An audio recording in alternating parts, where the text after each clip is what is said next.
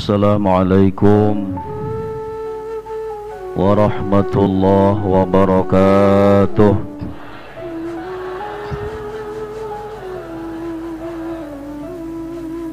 Bismillahirrahmanirrahim. Alhamdulillahilladzi ja'ala awliya'ahu fi kulli zamani wal makan. Wa mathalahumullahu ta'ala fi kitabihil aziz kal jibal. Kama qala ta'ala wa ja'alnal jibala awtada.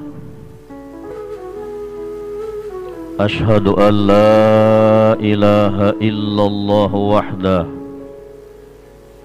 la syarika lah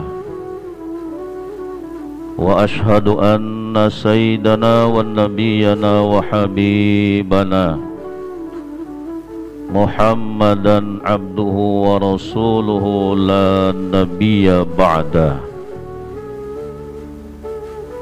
Allahumma salli wa sallim wa azim wa karim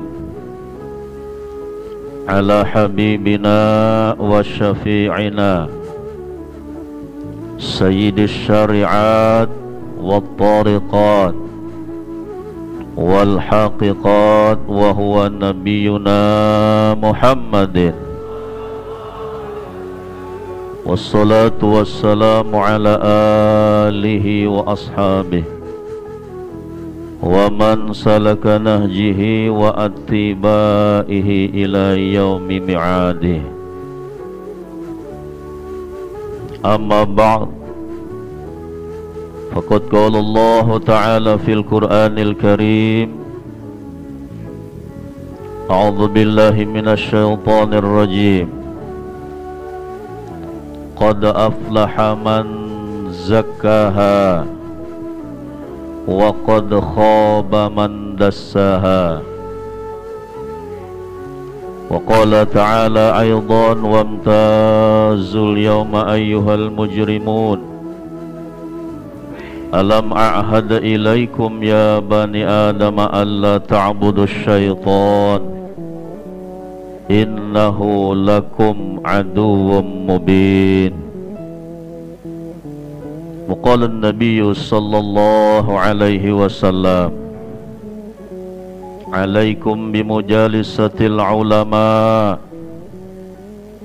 wastima'i kalamil hukama fa inna Allah ta'ala yuhyil qalbal mayta binuril hikmah kama yuhyil ardal mayta bima'il matar.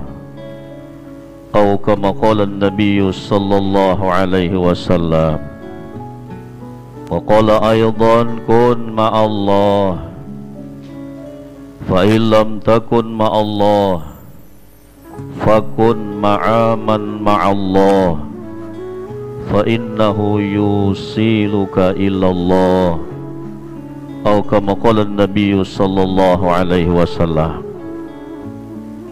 Ma'asyiral muslimin wal muslimat, ikhwan wal akhawat, jamaah majlis zikir Thariqah Qadiriyah wa Naqsyabandiyah, Pondok Pesantren Suryalaya, Tasikmalaya. Pertama-tama yang kami muliakan, yang kami cintai, yang senantiasa kita harapkan tuntunan bimbingan beliau, Syekh Mursyid, guru kita, Al-Arif Billah, Al-Alimul Allamah, Sahibul Bahril Karamah, Bahrut Tariqat, Syekh Ahmad Sahibul Wafa, Tajul Arifin. Yang kami muliakan semua keluarga besar Abah, Umi, anak cucu cicit beliau sebagai pewaris dan juga anak jasmani sekaligus anak rohani beliau. Mudah-mudahan beliau semua senantiasa diberikan Allah kesehatan, senantiasa diberikan kekuatan dan kesabaran di dalam menuntun, membawa dan membimbing para ikhwan TKN Pondok Pesantren Suryalaya Tasikmalaya untuk senantiasa istiqamah di dalam mengamalkan, mengamankan dan melestarikan amaliyah TKN Pondok Pesantren Suryalaya. Yang kami hormati, kita muliakan dan kita cintai pengemban amanah Kiai Haji Zainal Abidin Anwar.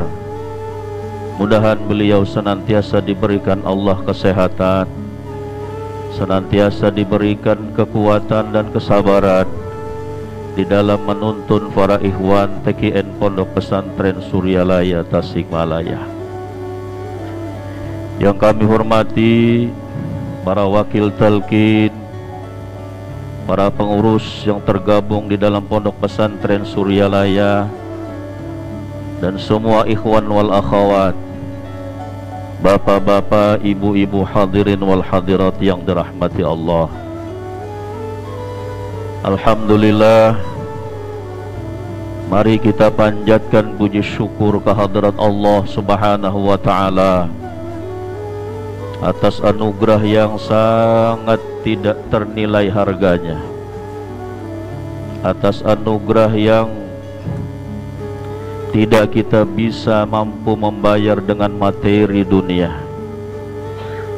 di mana pada saat, pada detik ini Allah memberikan kemampuan kepada kita untuk bisa bersama-sama hadir di majelis yang mengundang dan mengandung keridhaan Allah ini.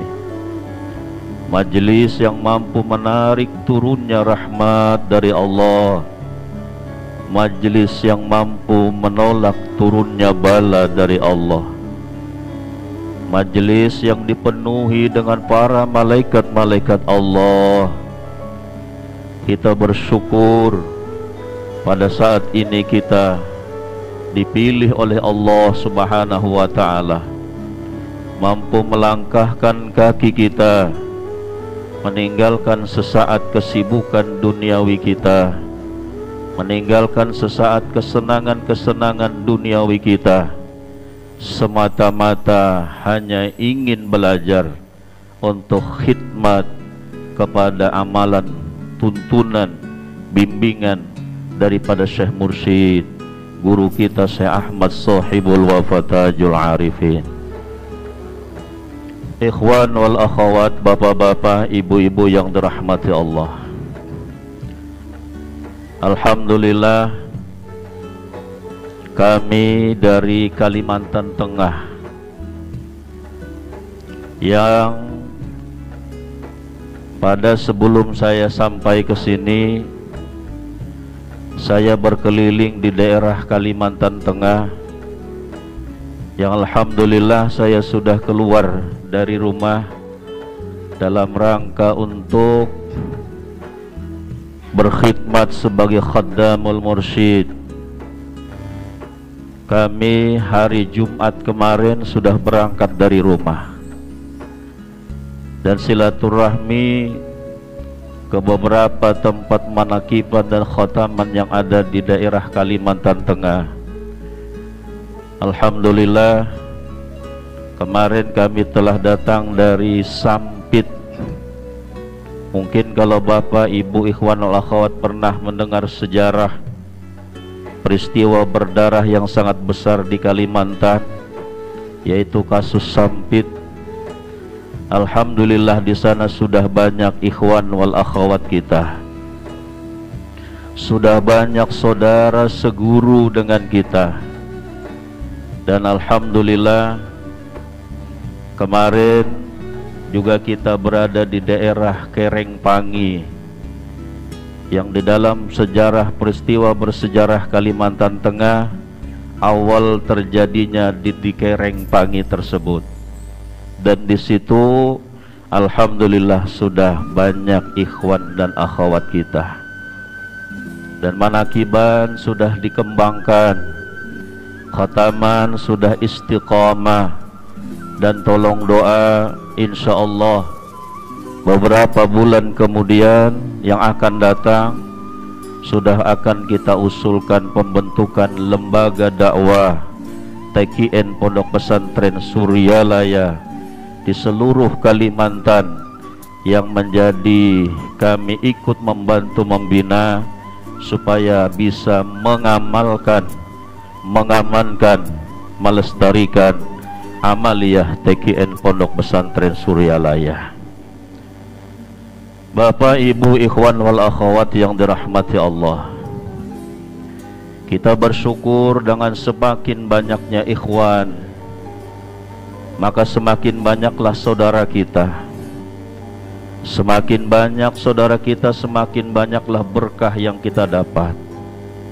Maka karena itu kami berharap kepada semua ikhwan wal akhwat agar doakan para wakil talqin, karena wakil talqin adalah ujung tombak terdepan di dalam merintis jalan untuk menuju satu tempat yang di situ akan dibuka amaliyah TKN Pondok Pesantren Suryalaya.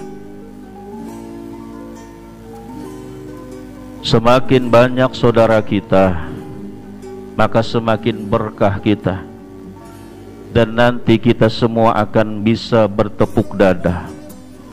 Semua ikhwan TKN Suryalaya akan membusungkan dada nanti ketika di padang mahsyar, sebagaimana Rasulullah membusungkan dada di tengah para nabi-nabi yang lain. Ana ubahi bikum yaumal qiyamah biqastratil aulad. Kata Rasulullah, aku nanti berbangga-banggaan dengan kalian kepada nabi yang lain, dengan banyaknya anak, dengan banyaknya pengikut, dengan banyaknya umat beliau. Abah banyak murid beliau, banyak anak rohani beliau. Siapapun yang telah mendapat talqin minasy-syekh, walaupun itu dari lisannya para wakil talqin, hakikatnya yang mentalqin adalah syekh, maka hakikatnya semua adalah anak rohaninya Syekh Mursyid. Jangan ada sedikit pun keraguan di dalam hati kita.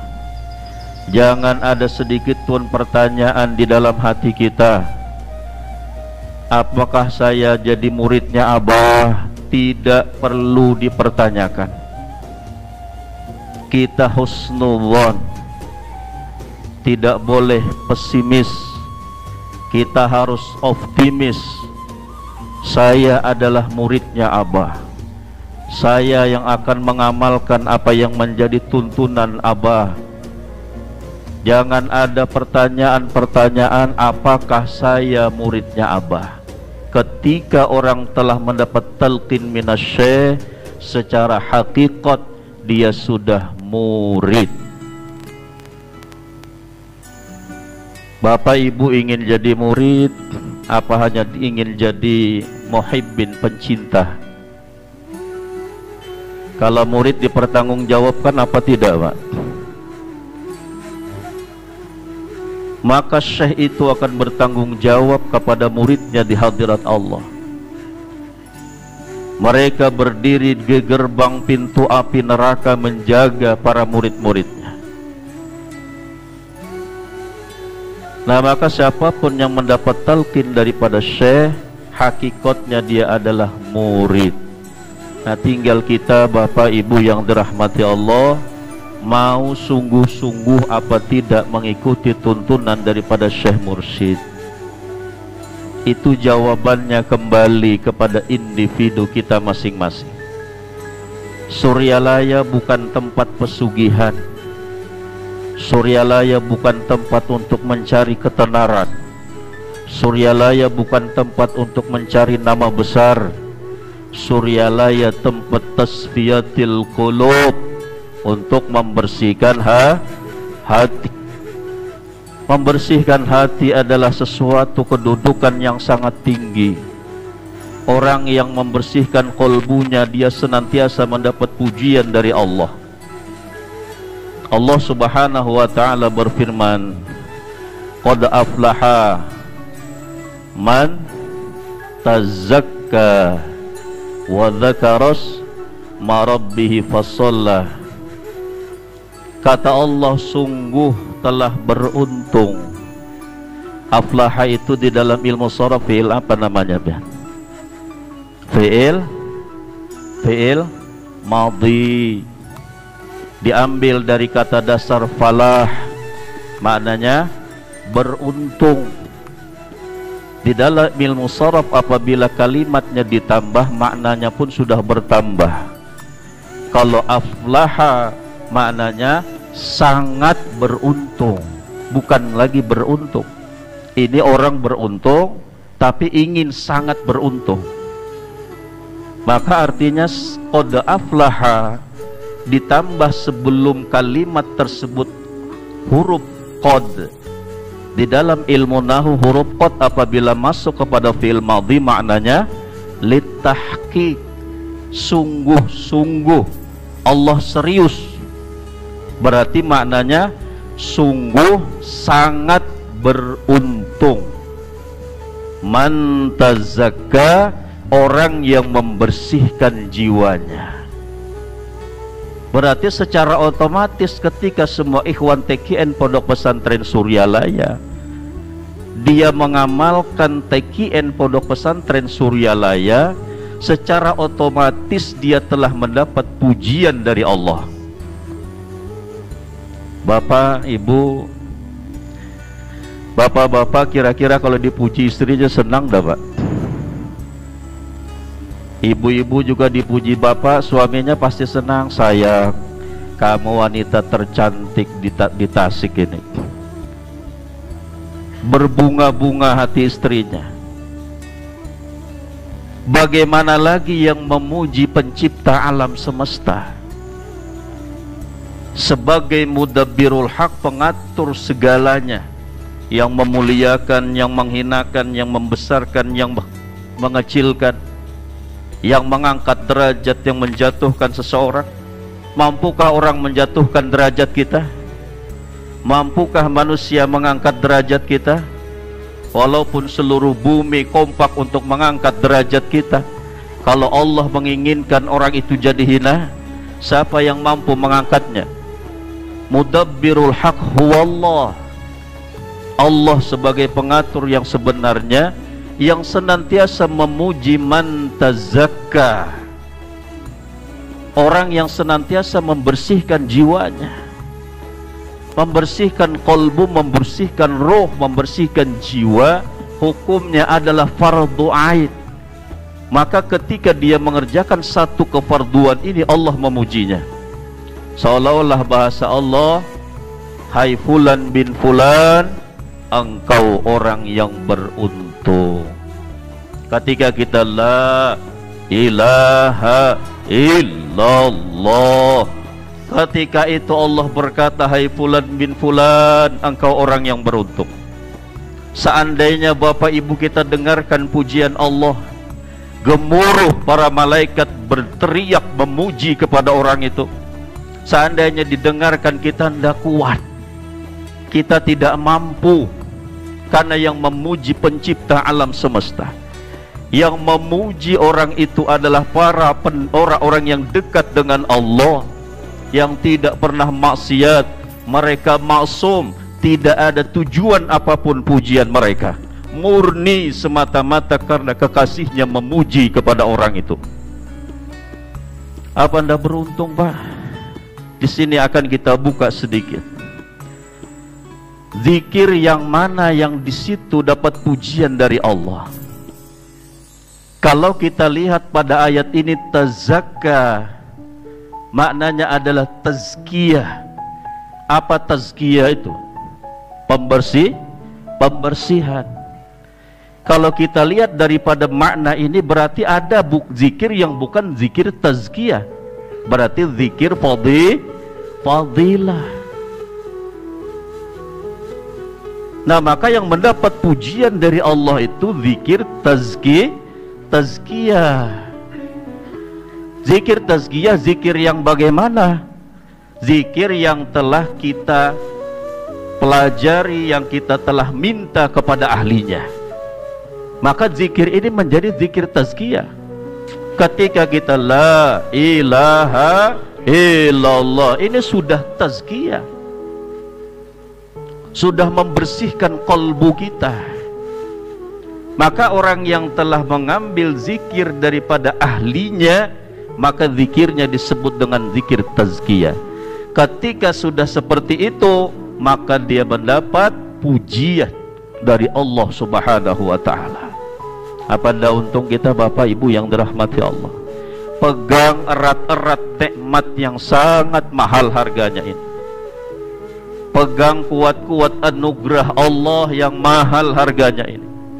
Sulit menjumpai seorang mursyid pada akhir zaman, karena terlalu ketat, terlalu banyak syarat sebagai seorang mursyid. Imam Ghazali rahimahullah di dalam kitab Ayyuhal Walad, di dalam kitab Khulasatut Tasaddid, terakhir kitab karangan Imam Ghazali rahimahullah, seorang murid yang sangat dicintai beliau. Si murid ini berkata, "Ya Syekh, ajarkan kepada saya satu pengetahuan. Dengan pengetahuan itu saya selamat di dunia sampai di akhirat." Ini murid kecintaan Imam Ghazali rahimahullah. Kata Imam Ghazali, "Ayyuhal walad, hai anakku tercinta, apa yang engkau pinta tadi semua sudah ada di dalam kitabku Ihya Ulumuddin. Sudah ada semua, engkau buka saja, pelajari kitab itu."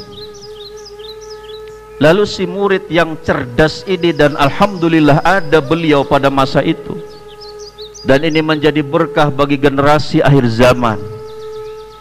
Apa kata beliau? "Ya Syekh, hai guruku, saya sudah faham masalah itu, tapi kitab Ihya Ulumuddin terlalu besar." Kalau Bapak Ibu pernah mondok, Ihya Ulumuddin itu berapa jilid, Pak? Ada 4 jilid, terbalnya semuanya seperti Al-Quran. Kira-kira kalau membaca kitab itu selesai 1 bulan apa berapa tahun itu, Pak?